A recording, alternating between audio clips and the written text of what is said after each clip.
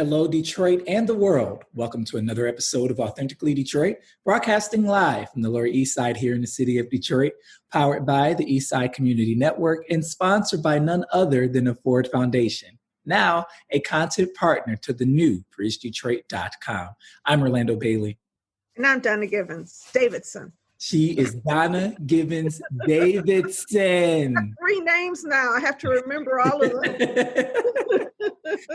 Oh, wow. She forgets more than the rest of us. Thank you for listening in and supporting our efforts to build a platform of authentic voices for real people on the East Side of Detroit. We want you to like, rate, and subscribe to our podcast on whatever platform you listen to us on as we drop a new episode every week. So be sure to turn on those notifications. Today, we are delighted to welcome the leaders of a new Black Women Lead initiative and podcast series, Lillian Lambert and Kwaku Osei. Welcome to Authentically Detroit, guys. Welcome. Another Lillian in the house. Yeah, Donna. So Lillian is your last name, and we have a guest name, your middle name. Yeah, until August 15th, I was Donna Lillian Givens. Everybody knew me by that, and I had to move the Lillian out of the way to make room for Davidson. But yeah, so welcome, Lillian. I love the name. It is, as you said, not a common name now, although it used to be much more common. Yeah, we're happy to have you, Lillian. How's everybody doing? How was your weekend? Been good. Good. Do anything interesting, Lillian? Well, I thought it was going to be interesting. I played in a golf tournament on Saturday, but it was very cold when I left home. Yeah, it was cold. And I known it was going to be that cold, I probably would have just canceled. I played anyway, didn't do well, but it was good to be out. It's been real chilly here the last few days. Mornings in the 50s, which is chilly. Especially in the morning, yeah. And it goes up in the 70s during the day. But that was, I guess, maybe the most interesting thing I did this week. And Sunday was a fairly relaxing day and nothing exciting going on then. It's Hey, Lillian, I saw a meme that said, welcome to Michigan, where you get winter in the morning, a little springtime in the afternoon, summer, late afternoon. Yeah. And then the fall in the evening. You get all 4 seasons in one. Today is the first day of fall, and it's a typical fall day here. The high today was 71 at 5 o'clock. All right. Jeez. How about you, Donna? You're on mute, Donna. We can't hear you. I'm sorry. It was my birthday on Saturday, so you know how we Virgos do it up big. So I had on Friday, yes, completely different, and I got my hair color right. I was everything always told me I could only have black hair in all my life, and I said, you know what? I'm 57 years old. I'm doing something different. What's the worst thing that can happen? Right? It just look bad. So I spent 7 hours in a hair salon, and I normally do my own hair, so 7 hours of my time having somebody else pamper me and take care of me. I was like, this is my new lifestyle. It's okay when I'm fancy. You know what? I'm high maintenance. Okay, you very low maintenance, but I'm high maintenance now. False advertising, baby. But anyway, then on Saturday, we went on a boat ride with my sister and brother-in-law, and then we went to Joe Muir's for dinner. And it was okay, Joe Muir. Come on, bougie. Come on.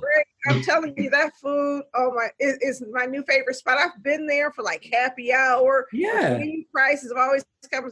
Now that I'm high maintenance, I do things like Joe Muir's. And so we did that. And it was really good. And we actually sat next to, a pianist. And so it really felt wonderful to be in Detroit, enjoying the waterfront and enjoying our city that well. And then on Sunday, birthday, Donna. Happy birthday. Yeah. Happy birthday and huge congratulations too. Orlando, I kind of wish you would have asked me how my weekend went before you asked her, because I thought my weekend was phenomenal, but now it's like I'm gonna just sit in the corner here and be me. No, you be happy with your weekend. Tell us about your weekend, Kwaku. Yes. There was no Joe Muir's, I'll tell you that. But actually, I had a phenomenal weekend. I can't talk about most of the stuff I did, but one of the things that was fantastic. I'm sorry, but You got one journalist on the line who's going to poke and prod. You don't get to say, I can't talk about it. Off the record, we can say all the things that we want to say, but on the record, Okay. On Sunday, I was very, very thankful to get to attend a 6-course dinner by Phil Jones at the Oakland Avenue Urban Farm. And, it was part of his What Would Have Happened Was series, where he basically created 6 dishes that spoke to essentially what's happened to him over the last 6 months and events that he was planning to do prior to COVID. The food was delicious. And I don't know if you guys have ever met Phil Jones just yet, but he catered our extravaganza a couple of years ago. Okay, yeah. He's a funny character. So it's great. Yeah. So it was funny, it was fun, and the food was delicious. Yeah. Cool. I was actually invited to that, but had other plans. So I'm glad to hear that it was delicious. The menu looked great. See, I'm not as important as Donna and Kwaku. I didn't get invited to Chef. I still love you, Sheffield, but I didn't get an invitation. I spent most of my weekend in the very last Be Me Vanguard Fellowship convening of the year. We've been in fellowship all year long, it seems like, and this weekend was our commencement. Oddly enough, after Friday's convening, we hung around a little bit in the hang suite, and we started talking about Justice Ginsburg. And I ended up saying that she's holding on. She wasn't, news hadn't dropped that she had passed yet. And I said, Justice Ginsburg is holding on, and I am praying for her. I said, I never prayed so hard for somebody to hold on. And literally about an hour and a half later, she passed on. So I was a little bummed about that. But some Black people won some Emmys over the weekend, and I was excited about that. Shout out to Regina King, who is an acting goddess in my book. She's just multi-talented. And Dave Chappelle? Say it again? Dave Chappelle? Dave Chappelle, Zendaya. I mean, the list goes on. Like, Issa Rae's declaration rings true. I'd be rooting for everybody Black at those award shows. Well, not everybody, because, John James, I can't root them. At those award shows. Okay, all right. I'm just award shows. Context matters. But I closed it out with Lovecraft Country. Have y'all seen Lovecraft Country? Oh my God, it's one of the best shows on television, I think, right now. So I saw 10 minutes of an episode. Lovecraft Country. What does it come on? And what kind of show is it? It's Lovecraft Country. It comes on HBO on Sunday nights at 9:00. And it is a period piece that takes us back to the 1960s, I believe, that chronicles this Black family and friends who comes in contact with magic and wizardry. It has all of the things. So it's like Black people in sci-fi, but it's like, it has a real element of history that's intertwined. It has so many pieces of literature, Black and white, classical and contemporary, that's intertwined in it. And just some really solid acting and storytelling. So like you get all the magic, you get the monsters, you get the wizards, but I don't know. That may not sound like my show. But Donald Trump may try to ban teaching of Black history, but between Watchmen and Lovecraft Country, you're just going to see it in fiction anyway. It takes the truth and puts it in a dramatic and also kind of fun sci-fi vehicle that forces us not to just think about the history, but the real meaning behind all of this. Like it adds to things. And it's monumental, I think, Donna. Like when have we seen like Black folks in sci-fi? You know what I'm saying? Besides, what was that movie with Chris Rock in it? Yeah. Oh, not Chris Rock. The other movie I have to watch is Antebellum. You're talking about Antebellum, which is Janelle Monáe, which is another movie that sort of interweaves some of this time travel and Blackness. And I haven't seen it. I've been told I have to see it, but I might need bourbon. So I didn't want to see it on my birthday because that was a celebratory time, but I definitely want to see Antebellum and find out if I can watch it sober because I want to catch all the themes. I missed a couple weeks of Lovecraft Country because Lovecraft Country, you have to watch that. Yeah, you got to pay attention. Folding clothes, watching Lovecraft Country, you got to be focused because that stuff happens quickly and it really requires a lot of you. But having watched, what is the name of that series that just ended? Oh, I can't ever think of things. On what network? On HBO, the long-running series of Game of Thrones. Game of Thrones, thank you. Having watched an entire series of supernatural white people from all of the different kingdoms. 8 seasons. See, 8 seasons of supernatural whites. Let's bring some blacks into this conversation. So I agree with Orlando. I think it's really empowering to see us move into other media and or other types, other genres, and really be able to carry them with our history. Yeah. I want to just say that the movie I was talking about was The Fifth Element. Oh, which, yeah. had Bruce Willis and Chris Tucker, but I don't think that was a good representation of Black people in the sci-fi space. So I'll just say if you get an opportunity, Lillian, I know it doesn't sound like your cup of tea. I didn't think it would be mine either, but it's phenomenal. It's really, really well done. And you have this actor that's making waves. His name is Jonathan Majors. He is a star. He's going to be the next big thing. I think he just graced the cover of GQ, Gentleman's Quarterly. So, yeah. Well, it is time for Fresh Off the Press news that we are thinking about. If you have pieces that you want discussed on Authentically Detroit, you can hit us up on our socials at Authentically Detroit on Facebook, Instagram, and Twitter, or you can email us at authenticallydetroit@gmail.com. Donna, Fresh Off the Press. This is not quite like me most of the time, but with a boost from Quicken, U of M students built $1 million branding venture in 2 years. MLive is reporting. Listen, I went blue. I'm a U of M graduate, so of course I'm excited, right? But it turns out that, and actually that's not the way this story started out. It started out that these two students from U of M went from nothing to $1 million in 2 years. And I was like, how'd they do that? That was the original headline. It takes you a minute to go read this story and realize that MLive has written about Dan Gilbert's son selling a product to Dan Gilbert and making money off of it. And it's like, really? Is this what we're getting excited about?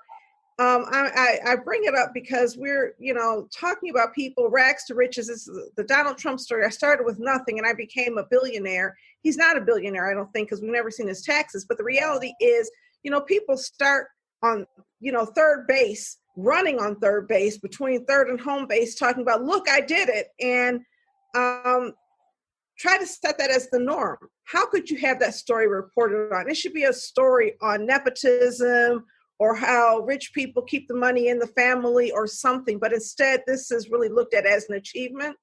And I just want to know if this is the kind of news reporting. I did see Candace Fortman said this was a really badly reported article and it's terrible journalism. And I bring that to you, Orlando, because in your new role in Bridge Magazine, where does this stand between bad and horrible? I would say it's horrible, and I am at the intersection of journalism and social justice. I started my career as a community organizer at Eastside Community Network. This is horrible, and what's even more deplorable is that MLive put a paywall up, so you now can't even view the story if you wanted to. I think to prevent further criticism. And one of the things that I've been thinking about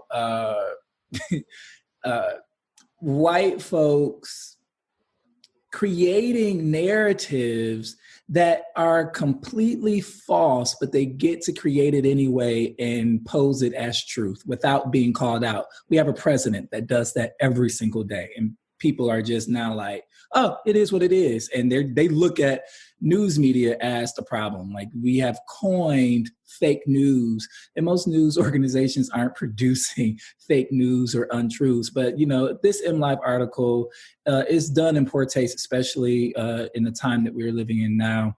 Dan Gilbert's son sold a product to his dad and made $1 million. There's nothing to report on here other than white supremacy loves white supremacy. This is ridiculous. Yeah. Well, that's my story, because it's just, when you look at the privilege, I think I'm reading this book, How to Be an Anti-Racist. I'm reading How to Be an Anti-Racist. And one of the things that the author, Ibrahim Kendi, I think is his name. Yeah. One of the things that he references is that if you believe that there's something wrong with Black people other than racism and white supremacy, you are part of the problem and you are racist. Those are racist beliefs. And so if you believe that there is something right with white people or better about white people other than privilege and access, then I think you also have to ask yourself that same question. I think that imagine having a parent that you could create products for and sell them and become a millionaire. And I'm not against people, I just think that if you're going to do that, do it, but don't sell it as achievement.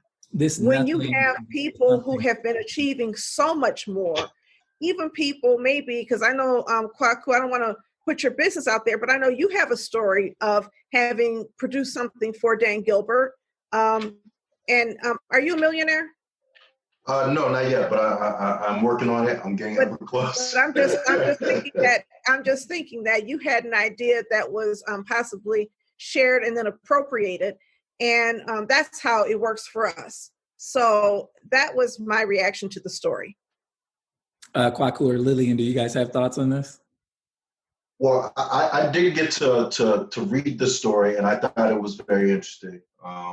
And being very familiar with the organization and the people involved. I didn't read the story, so I'm sort of out of the cold on what you guys are talking about. I'm Googling it. Yeah, what I will say is that, Lillian, if you did read the story, I think you would kind of just say, oh, given your story and what you've done, I think, in comparison. So where's the story? It is in MLive. And I'll just give you, it's in MLive. It's a paywall, but I didn't have to pay. I just registered, and then they consider me a subscriber. But A.J. Gilbert and Mike Mitchell Scher kicked off their entrepreneurial ventures in 2016 by selling Elite Pockets, the silicone card holders, to friends and businesses. After gaining traction, the duo began creating more promotional products for businesses during their freshman year at U of M, thus developing Zuplift, a customized promotional branding business for companies, events, and organizations.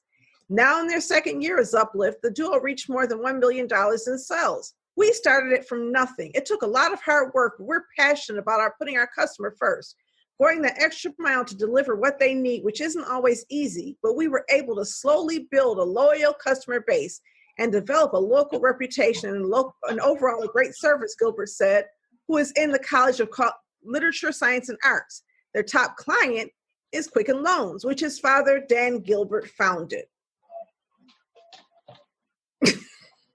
Okay. I don't have words.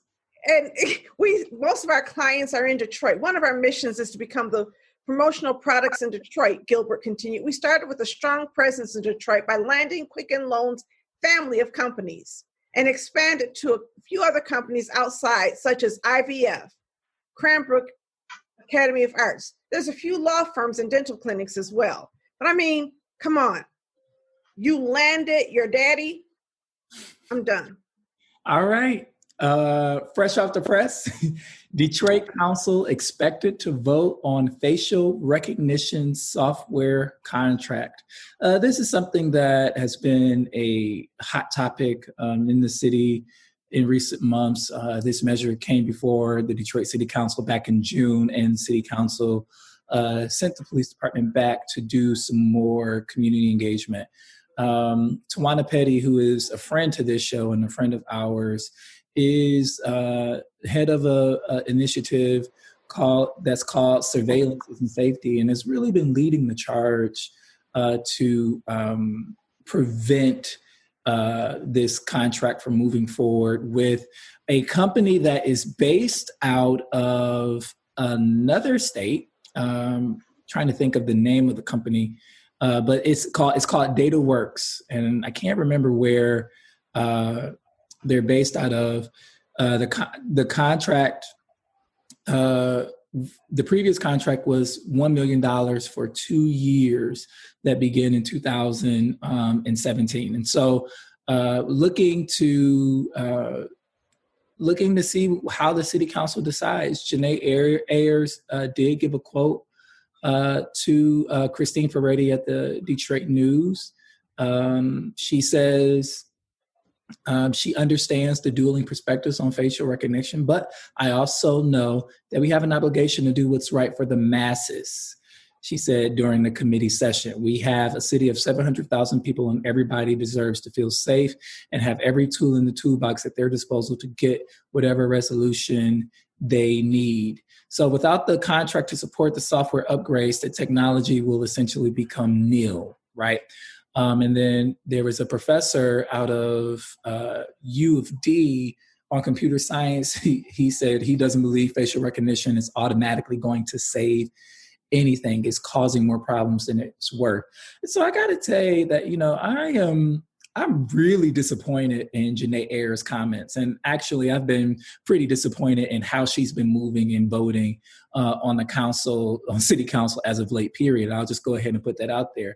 To insinuate that facial recognition will make the city safer. What happens is, here's what happens, right? A crime is committed. The crime is already committed. The perception of safety is already skewed. They use the facial recognition technology after a crime is committed to try to catch perpetrators. And we know studies have proven fact and time again that this disproportionately identifies Black folks, right? And so to say that this will help us feel safe is just so off base. And I don't know where she's coming from. I'm a little disillusioned with her and other members of the council in this hour. I gotta be honest. I mean, if I could add, what's really concerning is the number of cases that have already come out of the wrongfully arrested folks. And the fact that, a lot of these technologies are just utilizing algorithms and artificial intelligence that learns off of past patterns and so on and so forth. So there's been in the tech industry, and it's been an emerging conversation that I'm thankful continues to persist about biases in a lot of the AI and algorithms that discounts people of color in a lot of ways. This one not only discounts, but actually, to your point, creates more harm in the fact that I think it overcompensates in ways that is very dangerous to our community. So I think it's way too early. It's maybe not even necessary at all. The idea of surveillance and to this level is just kind of really concerning. There was a documentary. I want to just say this really quick. It's a $200,000 contract with DataWorks Plus, and they are out of South Carolina. The contractual period, if approved, will begin October 1, 2020 and last through September 30th, 2022. Where are they getting these faces? Like, who's feeding these faces and pictures to this data company? Right. Can I just quote the great philosopher Jill Scott for a minute? When in her song "Watching Me," she says, "Video cameras locked on me in every dressing room, on every floor, in every store. Damn, can I get that democracy and equality and privacy?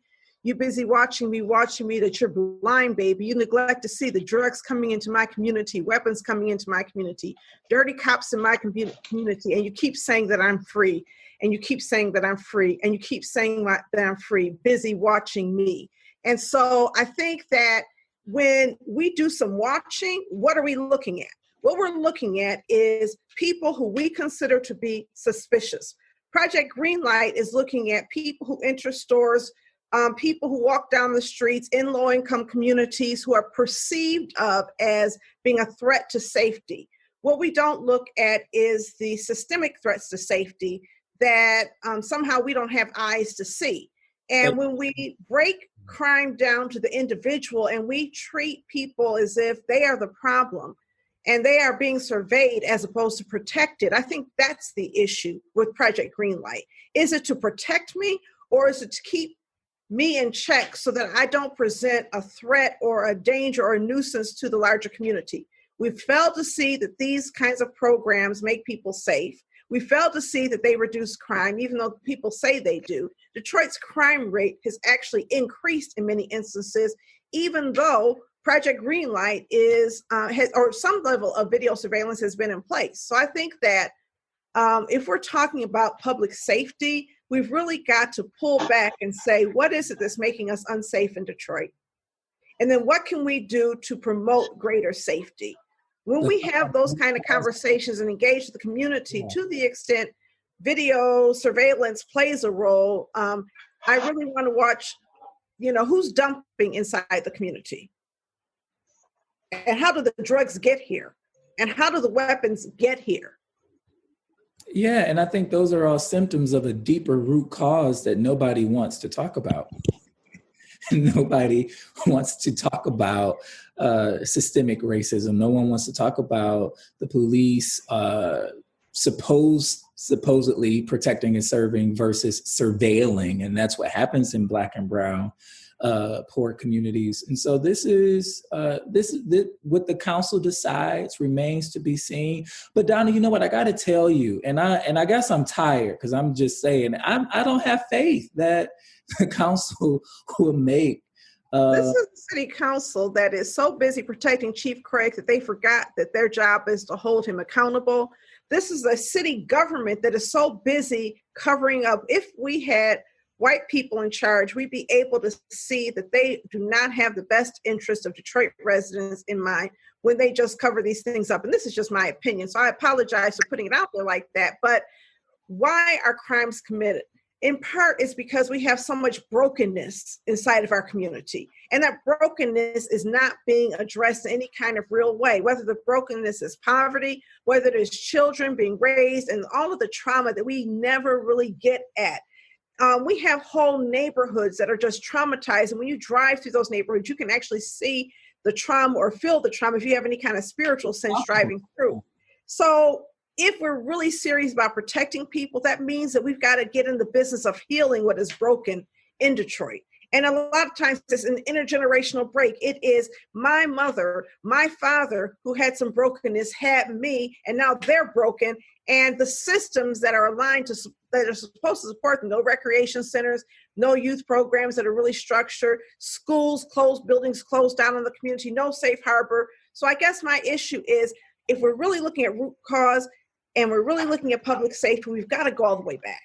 And when you send everybody to prison and then prison is dehumanizing and they come out dehumanized and back in the community with no mental health care, I mean, there's ways that the things that we do contribute to the problematic behavior. And the final thing I'm going to say is the breach between residents in low-income neighborhoods and the police is problematic, especially when you're young.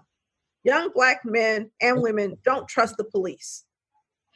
And I don't care what message the chief is cascading that they partner with Detroiters and Detroiters love them. We know, and I have spoken to extensively folks on the street who don't feel that way. So more to come on this. We'll be watching this closely. As you can see, Donna and I have some very strong opinions about this particular subject. Listen, that wraps up our Fresh Off the Press segment. You have pieces that you want discussed on Authentically Detroit, you can hit us up on our socials at Authentically Detroit on Facebook, Instagram, and Twitter, or you can email us at authenticallydetroit@gmail.com.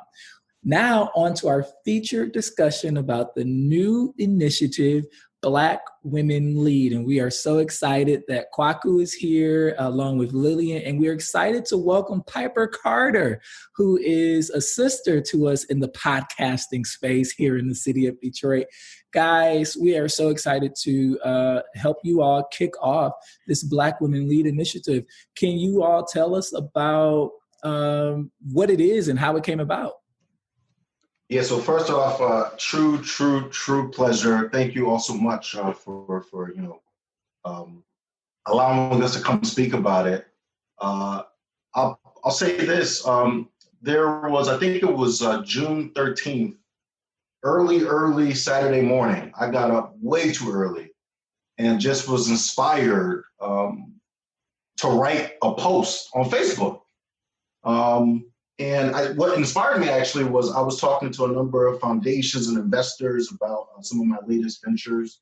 And a couple of them went really deep into my personal story. And as I was recounting my story, it actually resurfaced for me the fact that, all throughout my life, I've been extremely fortunate and blessed to have really powerful Black women encourage, protect, support, and kind of really push me forward. And actually, one of the major inspirations for the post is Lillian Lincoln Lambert, who I was very fortunate to encounter back at when I was a college student at VCU in Richmond. And Lillian was a board of visitors at VCU, which is our level of board of trustees or board of governors, depending on what type of college you're at. And I was up for an award. So I met Lillian that spring. And Lillian, I hate to tell your story, but I'll just give a small glimpse of it. Lillian is the first African-American woman to receive her MBA from Harvard Business School. Wow. And then went on to start a very successful business, I think initially focused on in the cleaning industry. Let me shut up maybe and let you say a little bit about you, Lillian. Wow. Did you ask me a question? I didn't get it. Oh, no, I was talking about you, and then I'm realizing, why am I talking about you when you were here? So. Okay, yeah, I started a company, the building service contract, and basically providing cleaning, window washing, carpet cleaning, landscape for primarily large office buildings, airports, colleges, and universities. I ran that company for about 25 years and got out about 20 years ago. So I'm an entrepreneur at heart. There are a few other things in the interim. And then I wrote my book and my memoir about 10 years ago. So that was a very interesting experience. And then I went on the speaking circuit for a while. Now I am not doing much of anything, but whatever I choose to do based on what the opportunity looks like. And I'm working overtime. Business, Miss Lillian. In the words of Tabitha Brown, you can do what you want to because that's your business. That's right. I worked to get here, so I'm trying to enjoy this time. Yes. And I'm working overtime to try to keep her busy with what we got going on here. But so I met Lillian in the spring, and then that very summer, I was very fortunate to get an internship with Xerox and their global corporate headquarters, where I got to meet and have a couple of sessions with Ursula Burns, who was the first African-American woman to become the CEO of a Fortune 500 company. And so in any event, like I just, in this initial post, I was basically saying like these were phenomenal Black women leaders that, really inspired me. And that I actually throughout my life, I've been, touched by a number of Black women leaders. And then I was kind of saying that like, given all the protection, support, and all that type of stuff that they afforded me, I was starting to think, and this was at the height of, I think, a lot of the, kind of social justice uprising around all the events that have happened over the last several months. And so I was thinking like, all the support protection that was afforded me, what protection, support, and encouragement are given to our Black women in the US, and had to reflect and be honest that, as far as I know, it's not much. And still, despite that, we have a tremendous amount of Black women that are doing phenomenal things across the country. And so as I'm writing this thing out, I just start calling out a number of the women I could think of off the top of my head. And Facebook has, an @50 limit. So I reached that and was like, okay, well, would folks want to, what if I created a list with these women and links to their bios and such? Would that be something that people wanted? And in that post, a number of comments suggested yes. So I created that list. And then I basically started to think of what if we created a situation where we could do something with this more than just a post. And I took a step back and said, let me not be guilty of what I think others are, thinking that I have the answer. So that I shot a survey to the women that I had called out and asked them, what they felt would be supportive to them. And the three things they highlighted was for their work to be highlighted, to get more support for their respective efforts supporting resources. And then third was to create a situation where they could be connected with other great Black women leaders. And so we then started a GoFundMe, and now we're basically en route to raise $1 million that was initially going to be evenly distributed amongst the women leaders, but actually we had our first women gathering just a couple months ago. And through a conversation amongst the group, they decided that actually what would be much more powerful was to create a fund that would serve as startup capital for new businesses and or many grants for social ventures or social initiatives, and a shared resource pool. So what began as a simple post has now become a movement. And that's kind of where it started. I was muted. I'm sorry. Can you talk a little bit about what that brain trust looked like, and how did everybody come to the decision to not take this capital that's being raised, but to put it toward projects that they are working on? Because I think sometimes we're afraid to take something for ourselves, especially Black women. Y'all always y'all save the world. Y'all are the present, y'all are the future, y'all are the lifeline, y'all give life. Like, I can imagine the conversation getting to the point where it's like, no, we're gonna give this money to, what was that process like? Well, actually, I should say that really briefly, it looked very different from that. I think that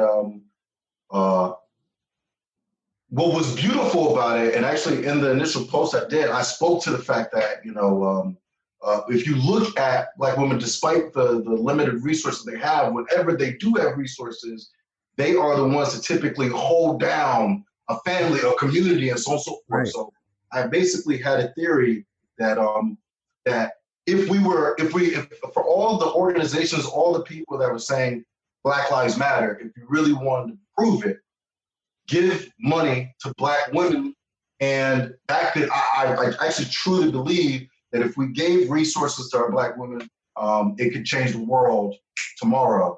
And that them coming up with, hey, instead of it just being evenly distributed amongst us, and instead of that, us creating a fund and a shared resource pool, I think was just another major testament of it. I don't think it was, we don't want the resources, because it's still ultimately going to go into them. But it was more so them thinking a lot bigger and a higher level of thinking that was very unselfish and very, I think, additive. And Lillian actually, in the beginning of that meeting, said some words that I think really set the tone. I don't know if you remember some of what you shared, but Lillian, I thought if it was used as a resource to support women who needed help instead of just distributing it, it also, I think, would encourage people to be more likely to contribute to the fund as opposed to just taking the money and how do you decide who gets it. But if it's there for who needs it, for whatever that need might be, it might be a better strategy, a mission for the fund. That was my thought. Yeah.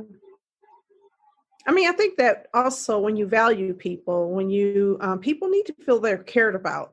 And sometimes the smallest thing can make people realize that they're valued. A lot of times as women, we're taught to be self-effacing and not to want much. And for women in the nonprofit industry, and Kwaku, a lot of the women that you identified were women in the nonprofit industry, and I'm going to thank you for also including me in that really beautiful list.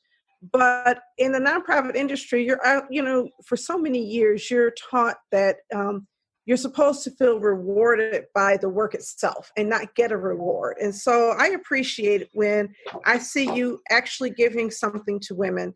And I think that can continue. And I agree that let's give it to women who need it, but even women who don't need it, I'm not saying give them a whole lot of money, but everybody can use recognition and appreciation. Most women can.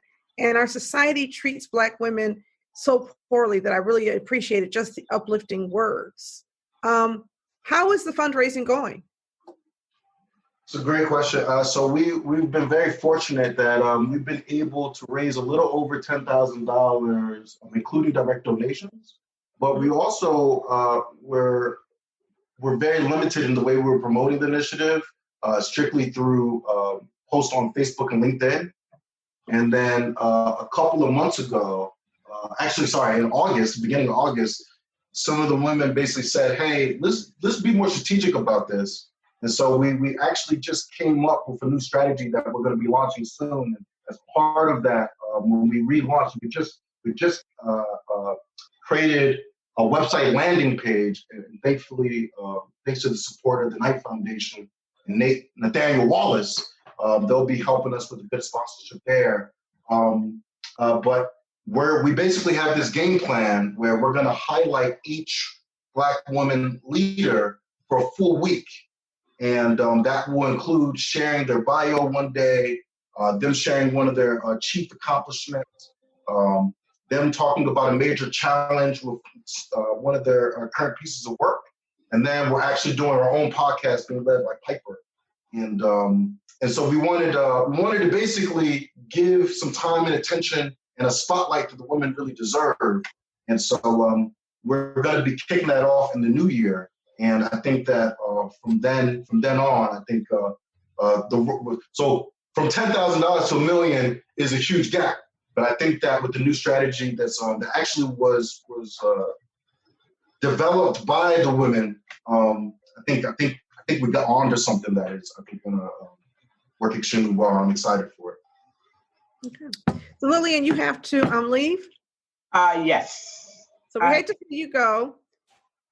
And I want to say thank you for coming, and we are so honored by your presence. You're a real trailblazer, and I wish I'd known that earlier in the podcast so we could ask you more questions about your experience. Questions for you. Yeah, I know you've accomplished more, and I know that you've had to break all kinds of glass ceilings along the way.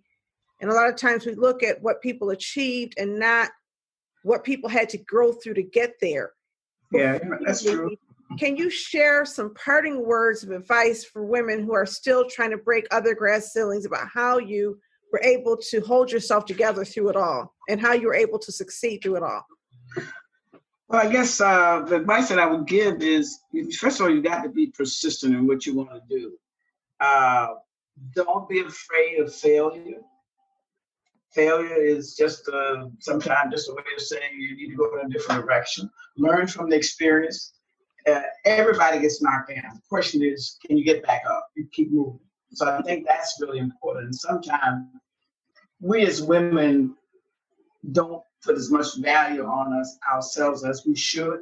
We can be easily discouraged, and but you've just got to be really strong and not let outside forces influence the direction you're trying to go. And don't be afraid to ask for help.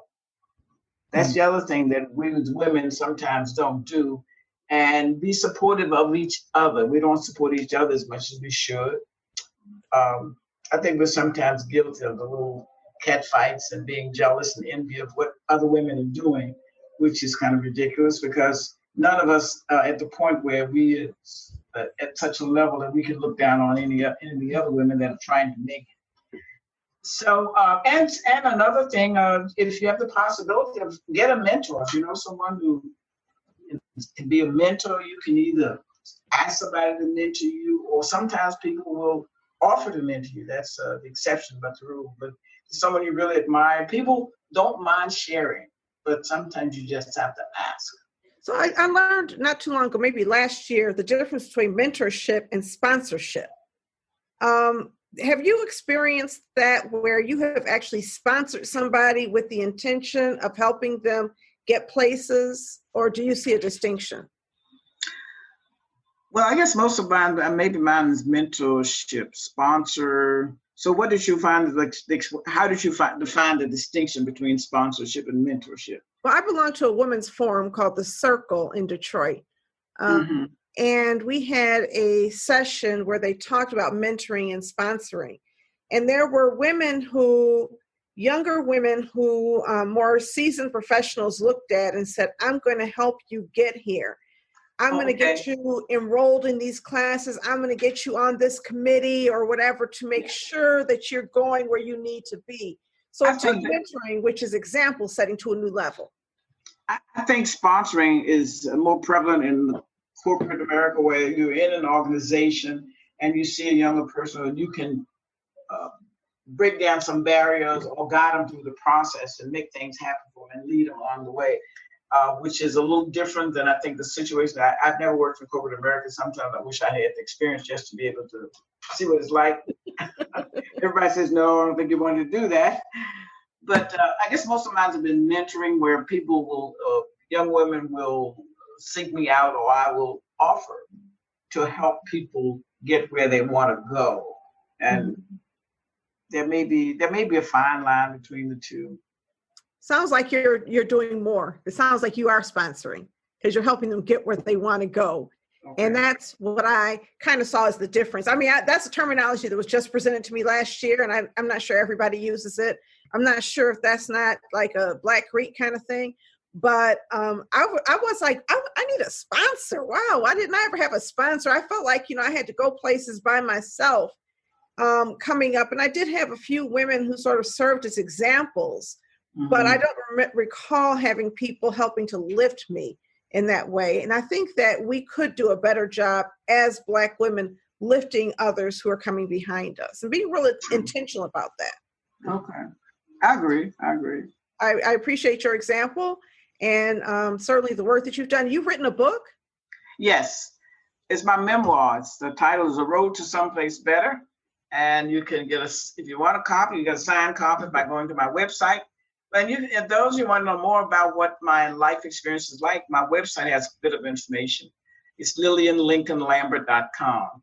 So there's a lot of speaking on that, and it tells a bit about my story and some of the clients that I dealt with. Not much about my previous company, because I put up the website after I sold the company. But you'll learn a bit about me, and my book gives you even more detail. Well, hopefully we can put it on our website, on our Facebook page, and other people can visit that and learn more about you. And maybe when you have time, you can come back and tell your story, because we need to hear that story. I love to talk to trailblazers. Cleaning business, I think, is it John Barthwell had a cleaning business in Detroit. And I knew him. I know the guy. Yes. And that was such an inspiring story. And it kind of helps to show how people can build businesses and make wealth, and cleaning is something that we still need. So thank you for joining us. Okay. Sorry, I got to run out on you guys, but I need to go.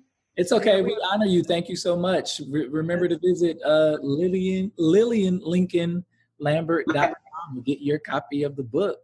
Okay.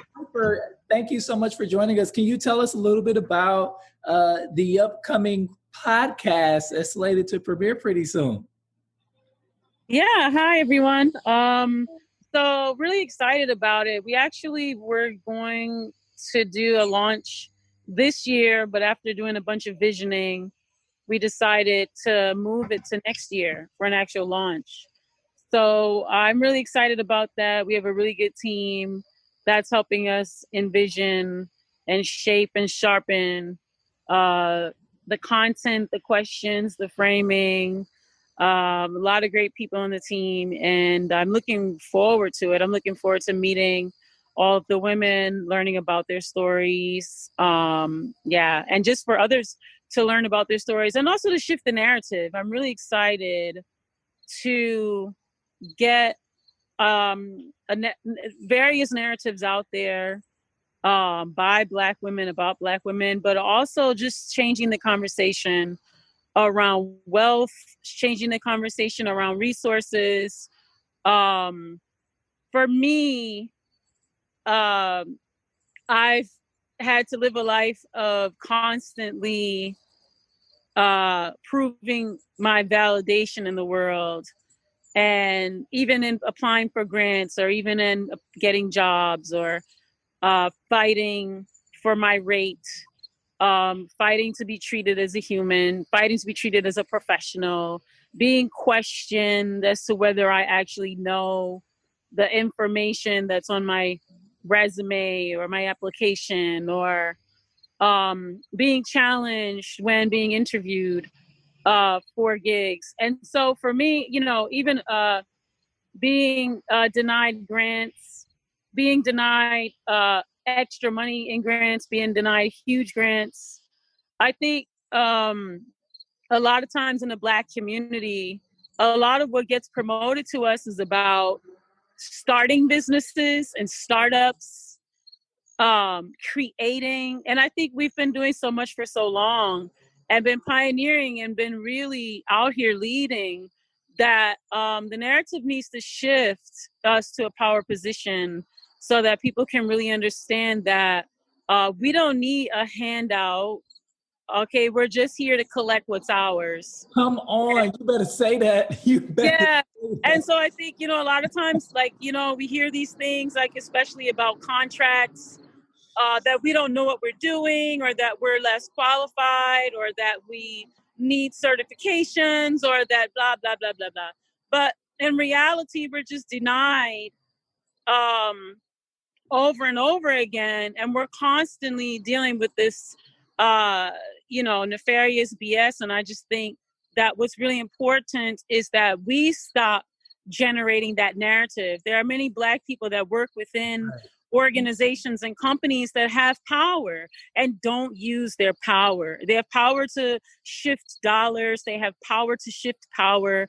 They have decision-making power. And instead of being the advocate, because they're afraid to be the Black person advocate for Black, they want to come back with an excuse and then tell us what we need to do to get ourselves together, when what they need to do is get it together and go back there and demand what we deserve. So that's what I want to do with the podcast, is just share these stories. And I'm really excited here for it. I'm very excited about it. I'm here for it. I think some of us are afraid. I think some people feel very honored to be the only one in the room, because that's what makes us special. And I think we also need accountability structures where we let people know that, we expect this of you. And when you don't do this, we're going to give you some feedback. Just having this position is not something I'm going to celebrate unless you use it for good. I was talking to one of my colleagues earlier today in a meeting just before now, and she was telling me about this project that I think we're going to get funded. And we didn't start the project. She had trained a white woman on how to do something that she's an expert at. But she was providing her with some training because the woman reached out and said, "Will you help me?" And what ended up happening is, for whatever reason, the organization that woman represented ended up applying for a grant. And then treating her, she had to sign a confidentiality statement to see how this woman wrote up her program that she had just shared with the woman. The woman was demanding details of her budget that she was unwilling to share about her own budget. And so God is good, because what ended up happening is the organization that was supposed to apply was not eligible, and they had to find another organization, and it came to my organization. So guess what? We're going to shift the power balance a little bit and make sure that the people who bring expertise to the table are honored for what they bring. I don't care what you wrote about. If you wrote about what they brought, they still brought it. But I think that those are the kinds of situations that happen to people all of the time. People pick our brains, pull on our experience, and then make money off of us while not thinking that we have to be compensated for what we do. And we've got to stand up for each other. Don't you think, Piper? Do a better job fighting for each other. Yeah, I'll tell you, I'm the first African-American woman to photograph for Vogue, Elle, Harper's Bazaar, these types of magazines. I have a whole history of being the first African-American woman fashion photographer. So I can tell you about knocking down doors and glass ceilings. I have a whole bunch of stories that I hope that I hope no human ever has to go through in life. Mm-hmm. When I got there and I saw that there were other Black people there in other positions, and I would talk to them, a lot of pretty much all the Black people that were there didn't want to be seen with one another, didn't want to fraternize with one another because they didn't want to be seen as people who deal with Black people, because they didn't want to be seen as a Black person, right? And I was a bit opposite of that. I can actually brag about that. I trained and brought in about 300 Black people to learn how to do behind the scenes, to do lighting, tech, to get these big contracts, to learn how to invoice, do jobs, how to, do bids, how to do all types of stuff. Lots of training, lots of interning. With that, I'll say I have taken a lot of hits, because I know a lot of Black people will say, well, you can't help Black people because then they're not going to appreciate it. And that's true. I'll be honest with you. A lot of the people that I helped, once they got on top, were like, okay, see you later. However, what I do appreciate is those people are there, and that's the time when representation matters. And I'm still training people, bringing people in. I'm more in social justice now, and I'm doing more of my focus is on social justice and doing this for the community. But, we are a bruised, traumatized, hurt people. And it's going to take some more generations for us to heal. And my approach is for all of the 300 to 500 people that I've trained, there's probably like 100 people that appreciate what I did for them and are passing that on.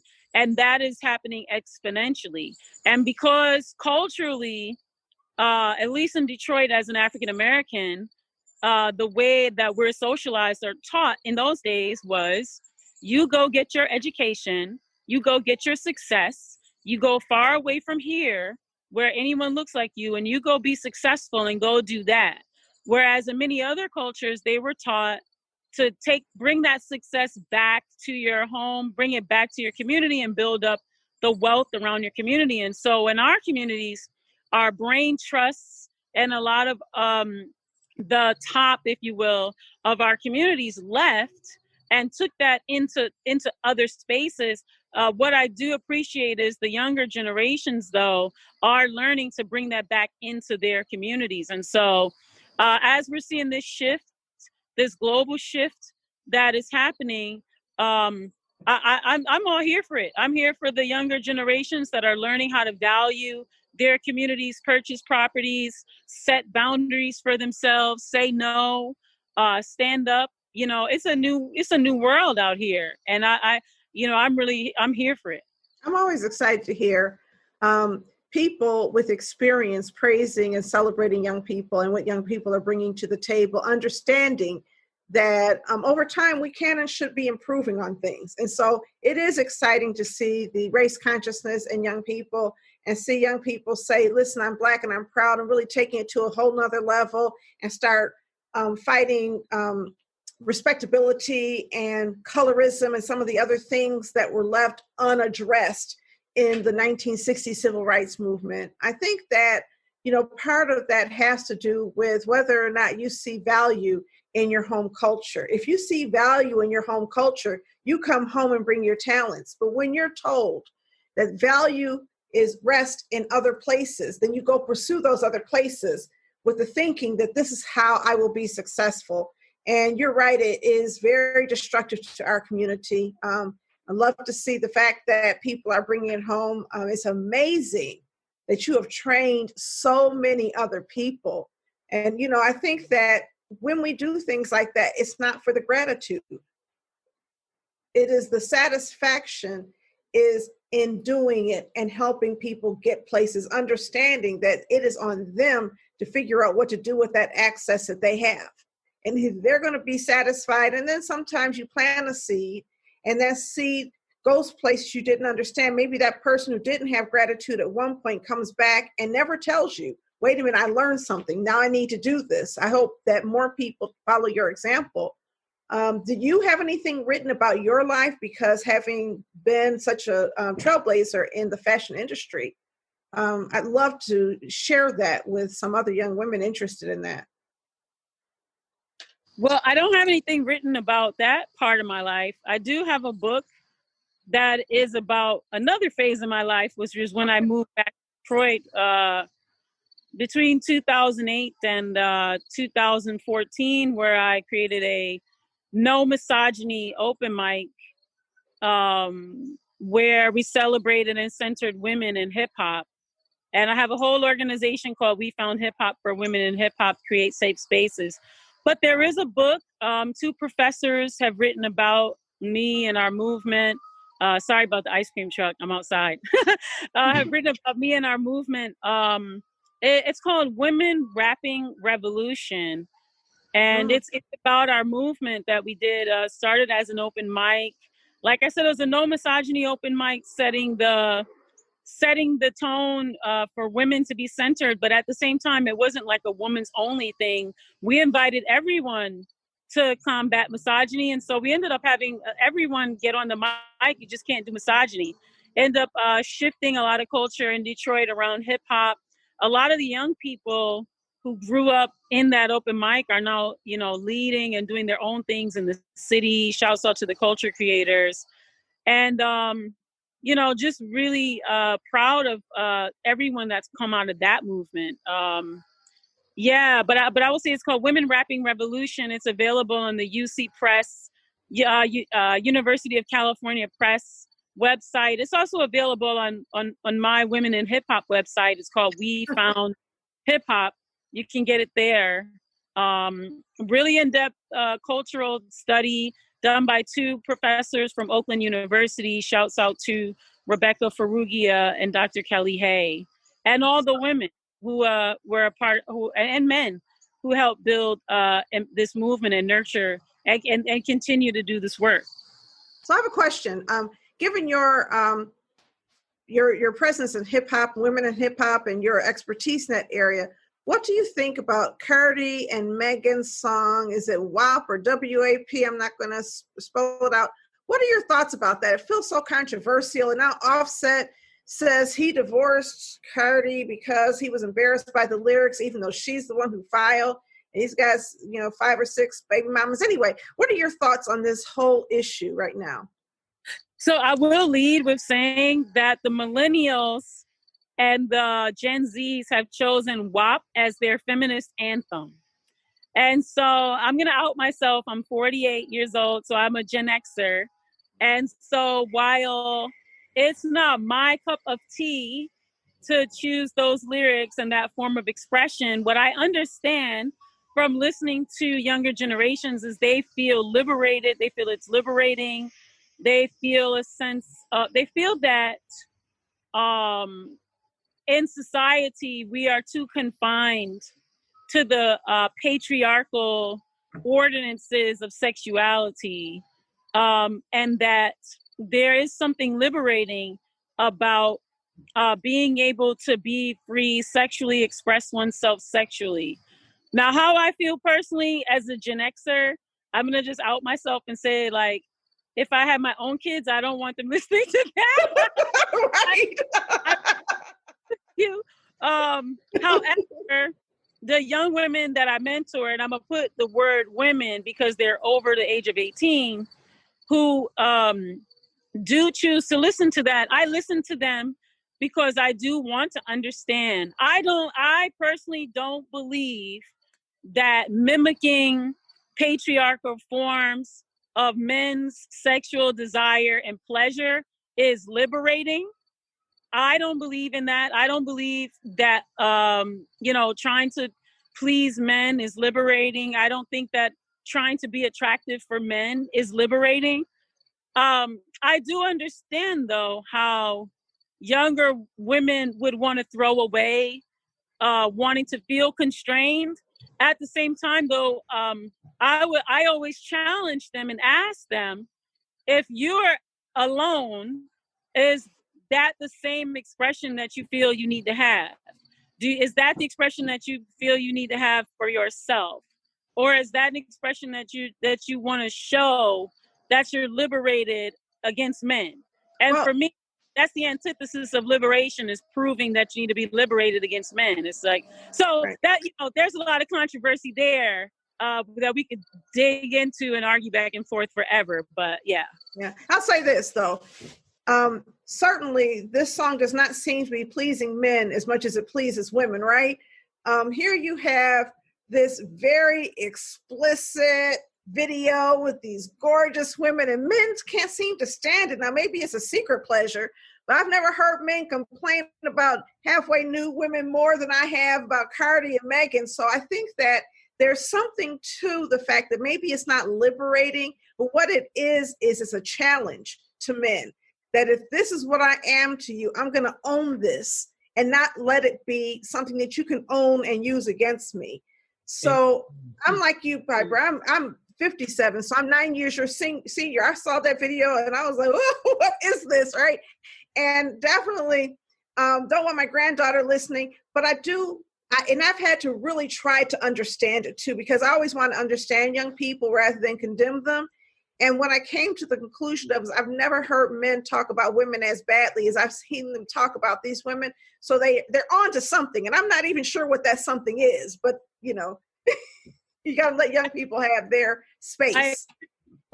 I agree. I would say, like, a lot of men are angry because they say, oh, women shouldn't be doing this and women shouldn't be doing that. And those men that say that, they miss the whole point. And that's the men that they're fighting against. Exactly. I do want to challenge, though, at the same time, that I think that the images that they're using to do the challenging are misogynistic, patriarchal images. I'm with you 100% on that.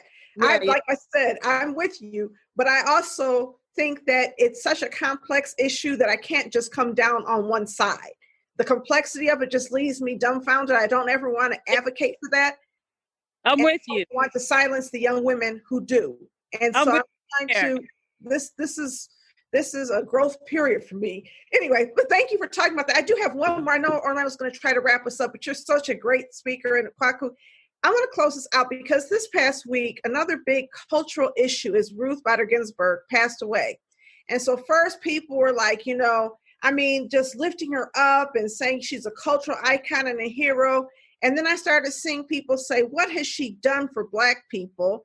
And then I started seeing people note some evidence of her racism. And so, I struggle with this, right? I'm a woman and I know she's helped to do things that liberate women. And like so many feminists before her, what she did was sometimes anti-Black and some of her attitudes were anti-Black. So where do you stand on that history? Both Kwaku and Piper, just give me your thoughts. And of course, Orlando. Kwaku, did you want to go first? Unfortunately, I really don't know enough about RBG to speak intelligently about it. So I'll shut up, but maybe have comments after I hear what you have to say. At her decisions, like a lot of her earlier career in terms of pre the bench, if you look at her history, if you look at where she's come from, she's a privileged white woman, right? And so she lived a privileged white woman life. And so her decisions are going to be based on, capitalism, and then, fighting for her place in capitalism, because white women's feminism and the early part of feminism was, what is white women's place in capitalism? So yes, that's what we're going to see. I think at this point, if we move forward through the phases of feminism, we could say we're possibly heading into a fifth wave at this point.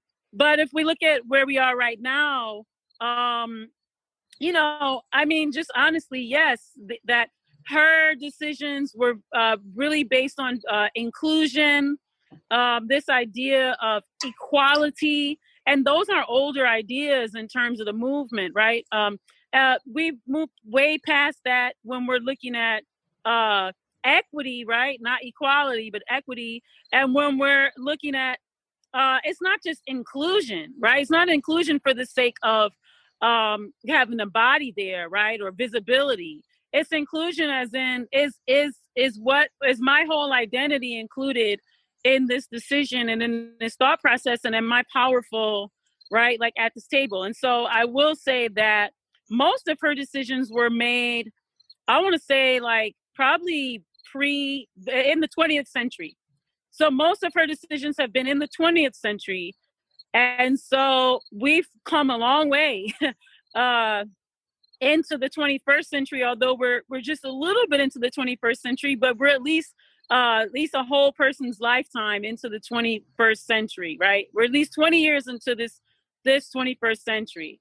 And so with that, I'll say that where we are now, yes, in hindsight, her decisions did not fully and completely and wholly include all of the identities surrounding gender, all of the identities surrounding race, ethnicity. And so I think time and context is very important as well, especially within when we're looking at shifting a system. We're looking at the Supreme Court for all.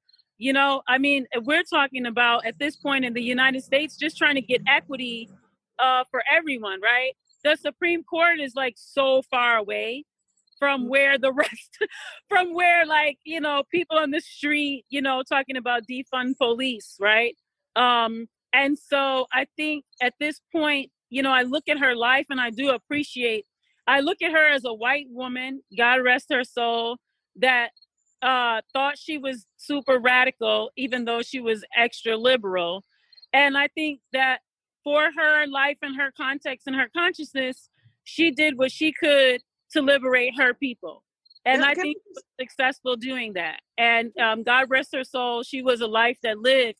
But it just shows us the vacuum, the fact that there was one sole person, wasn't even radical, for goodness sake. She was far on the side of a conservative liberal, shows us the vacuum that's there. And the fact that the Republicans are trying to stuff somebody in that seat before she goes, and the only Black person that's there is Clarence Thomas.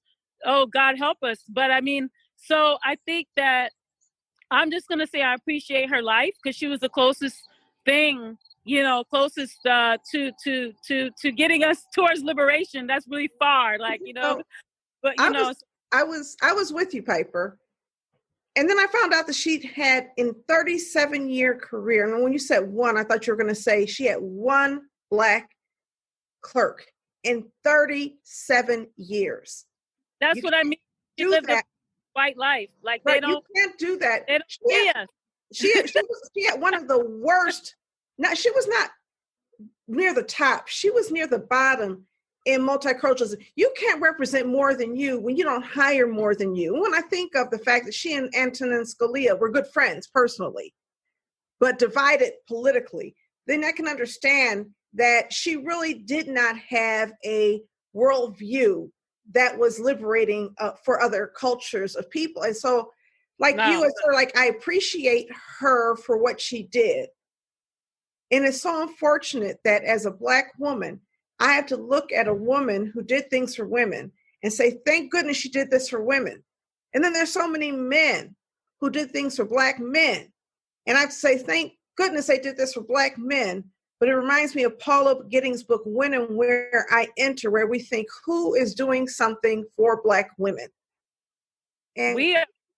but I want to thank Kwaku for elevating this issue, because what we've done is said we are worthy of our own space, our own platform. We don't have to be also rans or, you know, that kind of thing, but you gave us a platform and just came out and celebrated women. I want to thank you for that, because it doesn't happen often, especially not coming from the brothers. I'll be honest with you. I love Black men, but I also understand that sometimes Black men see Black issues through the frame of Black manhood and not personhood. So thank you. And it's not coming from a grant or a mandate either. It's strictly from the heart. So that's very different. Mm-hmm. What I'll say briefly is, you know, it just started with the post, and we just took each step, and it was very organic in the way it's progressed and evolved. And you know, I've gotten a lot of women to thank me, but I turn around and thank them because I've gotten so much more from just being engaged and involved. I knew the women that I mentioned were great, but for a couple of months, every day as I was posting another bio, I really got to immerse myself into that. And then I just started to see that the examples of great Black women are all around us. I know I don't have to tell you all, but marketing, storytelling, and narrative are extremely powerful. It can be very insidious, depending on how it's used. I think that in this country, to the point that was made very early, you know, with the article that was posted on M Live that we don't have to talk about again, but you know, there's a narrative that we can't do for ourselves, and that we're not capable, or that there's something wrong with us or our community. And in fact, there are plenty, I mean, tremendous amount of examples. Just the several that we've accumulated amongst ourselves is just one piece of a much bigger puzzle. And in fact, you know, if you look at the history of Black people in America, there's been many times to support that. Actually, whenever we did come together, we did that so well that in fact it took often government intervention to disrupt it in a way that then preceded, you know, all types of other destructive things that I think a lot of us in our community are still recovering from. So I'm really excited that, you know, as was mentioned earlier, I think there's something that feels very different about 2020. And it's not just the hurricane in Puerto Rico, the locusts in East Africa, COVID, and all the, you know, fires across the West Coast and everywhere else that it is. There's something that I think this great moment of chaos did to really have us all collectively pause and reflect in a way that, you know, I don't think many of us got to do because we live in a go, go, go world. And I think many of us, with that pause, started to reflect and question, why are we carrying on this way? Of all ways we could live, why did we decide that we would organize ourselves in this way? And now that we've started to question that, and we started to see, you know, inklings of there could be a different way, I think that, you know, there is, the new normal is not what was previously normal. I think the new normal is aligned with what is more natural. And I'm very excited for Black people and Black women specifically to get their time in the sunlight and the sunshine and the spotlight they deserve. And I think that, you know, what we're doing with Black Women Lead is just a small piece of that, but I think it could be catalytic to so much more to come. Yeah, I'm excited to follow this. Can't wait for the podcast to launch, and we can't wait for the landing page to go live. Piper. So the landing page is live, by the way. It is blackwomenleads.com, and that's leads with an S. Blackwomenleads.com. Be sure to check it out. And can people donate to the fund on blackwomenleads.com? Yes. On there is there is a button that takes them straight to the GoFundMe, where we're currently taking donations. Cool. We'll definitely put it in the description. Thank y'all so much for joining us. Listen, if you got topics you want discussed on Authentically Detroit, you can hit us up on Facebook, Twitter, and Instagram at Authentically Detroit, or email us at authenticallydetroit@gmail.com. Few shout outs and announcements. We want to shout out the Eastside Extravaganza that is happening virtually. The best party on the Eastside is happening virtually on October 22nd. That's Thursday, October 22nd at 6 o'clock. So go to ecn-detroit.org to get your ticket and reserve your spot today. I'm excited about that. Oh, and if you want to come, I think I have how many people can I bring down with me? I have 5 people. If you really, really want to come and you don't have money to give a donation, hit me up on my socials. It's a free of charge event. We're not charging you to get in. We're asking you to contribute. It's going to be some great entertainment. We have Larry Lee and the All-Stars is going to be performing. I think that we have Isis, and there's another singer whose name I can't remember.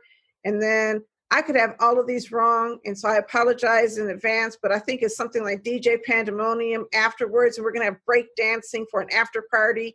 So that our attempt is to, Orlando is laughing at me, our attempt is to reach people of all ages. We really want to do a much better job of reaching younger Detroiters to come in to celebrate with us. We're going to be honoring people this year, and the award that is most meaningful to me, I'm not going to say I'm excited about it because it actually has been making me cry lately, is that we are going to be honoring Marlo Stoudemire as an Eastside legend.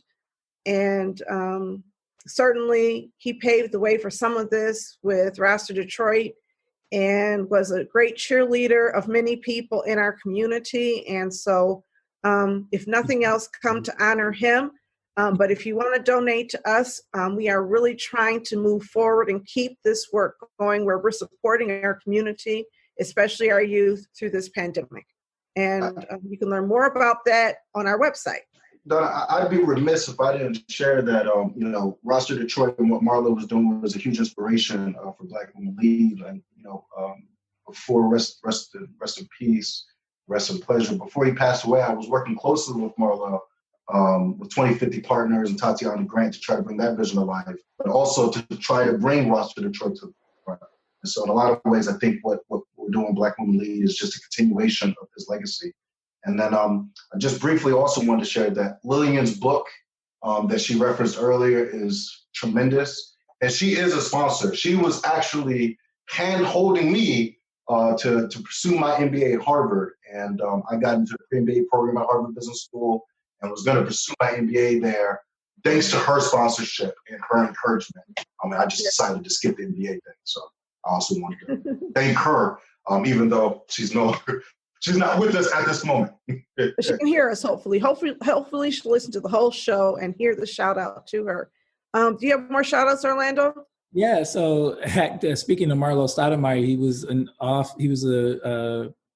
a fill-in host for American Black Journal a lot, and I am sitting in a co-hosting seat for American Black Journal all September long for a series that we're partnering with Bridge Detroit and American Black Journal on Do Black Lives Matter in America, having all kinds of imperative discussions. So we want you to tune into that on DPTV, aka PBS. And this week is CDAD's Community Development Week. Go to cdad-online.org to view the full schedule and be sure to check out some of those events. And I want to shout out my Be Me brothers and sisters. If you don't mind, I hate to keep interrupting, but this Friday morning, I will be hosting facilitating a talking about adapting to the new normal for CDAD, Community Development Week.